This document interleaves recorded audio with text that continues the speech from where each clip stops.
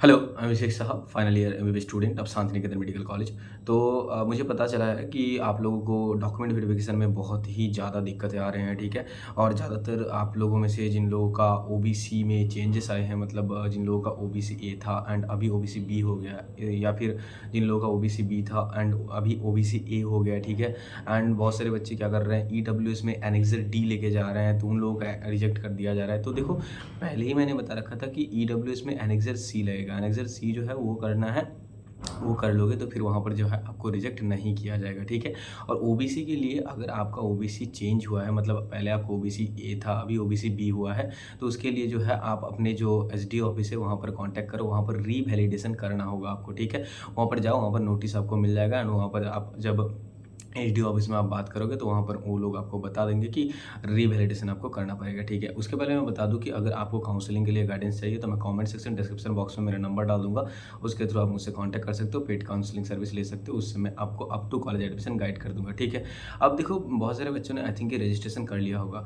तो आप लोगों ने जिसने रजिस्ट्रेशन कर लिया एंड हो सकता है कि आप लोगों का डॉक्यूमेंट वेरिफिकेशन 1 दिन बाद ही आ गया और आप लोग डॉक्यूमेंट वेरिफिकेशन नहीं करवा पाए, तो डोंट वरी, पैनिक मत करो। आप जो है, अगर ऐसा है, बहुत सारे बच्चे मुझे कॉल करके ये बोल रहे हैं कि भैया मैंने 1 तारीख को रजिस्ट्रेशन करवाया और 2 तारीख को मुझे डॉक्यूमेंट वेरिफिकेशन का डेट आया। तो मैं 2 तारीख को तो डॉक्यूमेंट मेरा तैयार नहीं था, तो मैं नहीं जा पाया। तो क्या मैं बाद में कर सकता हूँ? हाँ, आप बाद में जाके कर सकते हो, ठीक है? क्योंकि ज़्यादातर कॉलेज में यही सुनने को आ रहा है कि वो लोग तो मतलब जितने बच्चे को डॉक्यूमेंट वेरिफिकेशन के लिए बुला रहे हैं, ज़्यादातर बच्चे का डॉक्यूमेंट वेरिफिकेशन हुआ ही नहीं है, ठीक है?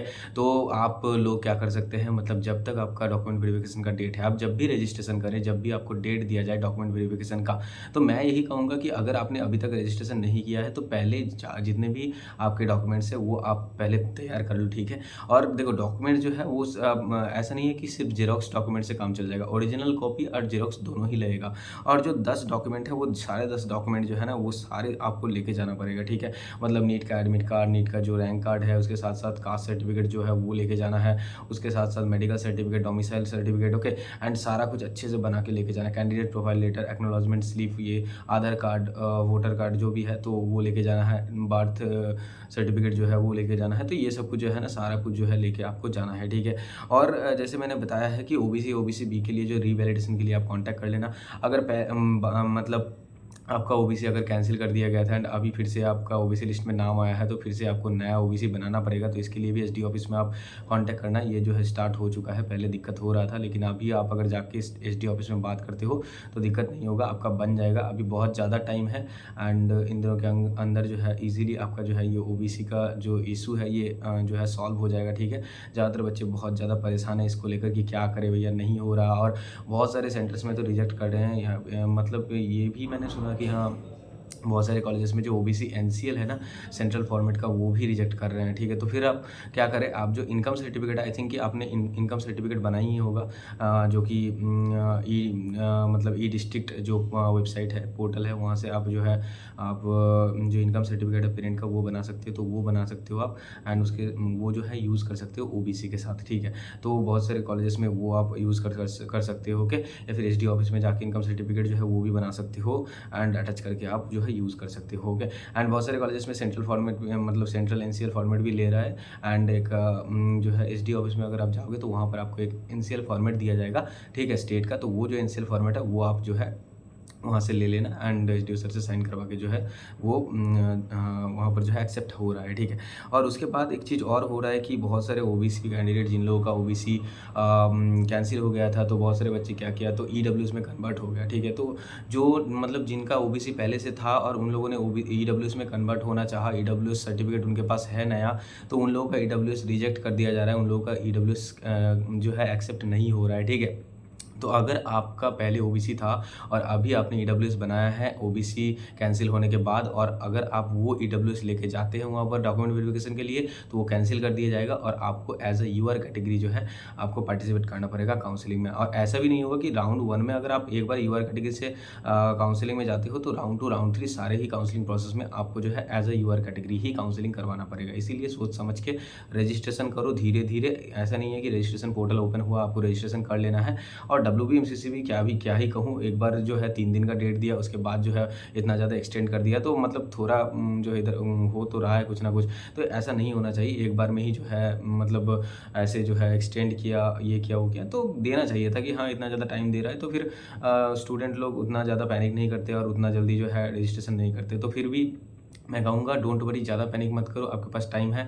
अभी जो है आज आई थिंक 3 तारीख ही है, तो अभी 8 तारीख तक आपका टाइम है, तो धीरे-धीरे आप रजिस्ट्रेशन करो एंड सारे डॉक्यूमेंट्स बनाने के बाद उसके बाद ही जो है ना वेरिफ़िकेशन के लिए जाना है, ठीक है? और अगर आप मतलब और आई थिंक कुछ डाउट आपका है नहीं ओबीसी को लेकर, तो वो सिर्फ रीवैलिडेशन करवा लेना, वहाँ पर जो है एक्सेप्ट हो जाएगा। और अगर कुछ डाउट है, और चेकलिस्ट जो है सारे ही कॉलेज के चेकलिस्ट सेम ही रहते हैं वेरिफ़िकेशन के लिए, जो इन्फॉर्मेशन बुलेटिन में दिया गया है, तो वही है, ज़्यादा कुछ नहीं है। एंड ये जो कुछ भी हो रहा है मतलब ओबीसी या फिर ईडब्ल्यूएस का कैंसिल, ये वो बहुत कुछ हो रहा है, तो इसके लिए ज़्यादा इफेक्ट आई थिंक नहीं पड़ेगा, लास्ट तक जो है सब कुछ सॉल्व हो जाएगा, ठीक है?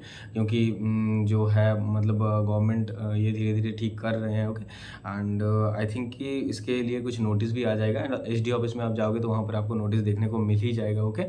और एक चीज़ की ईडब्ल्यूएस देखो, ईडब्ल्यूएस से मतलब ईडब्ल्यूएस का छोड़ो, ईडब्ल्यूएस का एनेक्सर सी बना लेना, बस हो जाएगा आपका काम, और कुछ करना ही नहीं है, ओके? तो ये सिंपल सा एक चीज़ है। और देखो इसके लिए जो कट ऑफ में ज़्यादा इफेक्ट पड़ेगा, ऐसा ऐसा भी कुछ नहीं है कि हाँ, कट ऑफ में बहुत ज़्यादा इफेक्ट पड़ जाएगा, ऐसा कुछ नहीं है। और बहुत सारे बच्चे मुझे ये पूछ रहे हैं कि हाँ, मेरा तो वेरिफिकेशन का डेट पहले था, तो मैं करवा पाऊँगा कि नहीं? चलो, तो मैंने बता दिया कि हाँ, अगर आपका डेट पहले था, आपने वेरिफिकेशन नहीं करवा पाया, तो मतलब बाद में आप जाके दूसरे डेट में वेरिफिकेशन करवा सकते हो, इसके लिए कोई टेंशन नहीं है कुछ। और कुछ-कुछ कॉलेजेस में जो ओबीसी सर्टिफिकेट जो है, पुराने ओबीसी सर्टिफिकेट भी जो है वो भी एक्सेप्ट हो रहे हैं, ठीक है? ये मैंने बता दिया। और बाकी जो है मतलब आप अगर किसी भी कास्ट से बिलॉन्ग करते हो एंड कास्ट सर्टिफिकेट आप अगर नहीं दे पाते हो, तो वहाँ पर जाके आप डायरेक्ट जो है वहाँ पर बोलोगे कि हाँ, मैं जनरल कैटेगरी से काउंसलिंग करवाऊँगा, तो वो लोग डायरेक्ट आपको जनरल में मतलब यूआर कैटेगरी से यूआर कैटेगरी में कन्वर्ट कर देंगे, ठीक है? वहाँ पर। तो ये एक चीज़ है। तो बाकी आई थिंक और भी अगर कुछ डाउट हो तो मुझे ज़रूर बताना। एंड जैसे मैंने बताया कि कमेंट सेक्शन डिस्क्रिप्शन बॉक्स में मैं अपना नंबर डाल दूँगा, तो उसके थ्रू आप मुझसे कॉन्टैक्ट कर सकते हो, तो मैं आपका सारे डाउट्स क्लियर कर दूँगा। Choice filling list and then others जो भी है, कैसे क्या करना है, नहीं करना है। अब bank guarantee state quota, private quota में अगर मतलब नहीं देना चाहते हैं आप, विदाउट बैंक गारंटी एडमिशन करना चाहते हो, तो फिर आप कॉन्टैक्ट कर सकते हो। बाकी अगर कुछ डाउट्स है तो वो भी क्लियर कर सकते हो, ओके? तो चलो, मैं धीरे-धीरे आपको जो है सब कुछ बताता रहूँगा, कौन से कॉलेज में क्या हो रहा है, नहीं हो रहा है, ये भी मैं मतलब इधर-उधर से एक्यूमुलेट करके आपको ज़रूर बताऊँगा, ठीक है? एंड जो है चैनल को सब्सक्राइब कर लेना और वीडियोज़ को फॉलो करते रहना, ठीक है? तो मिलते हैं, ओके? बाय।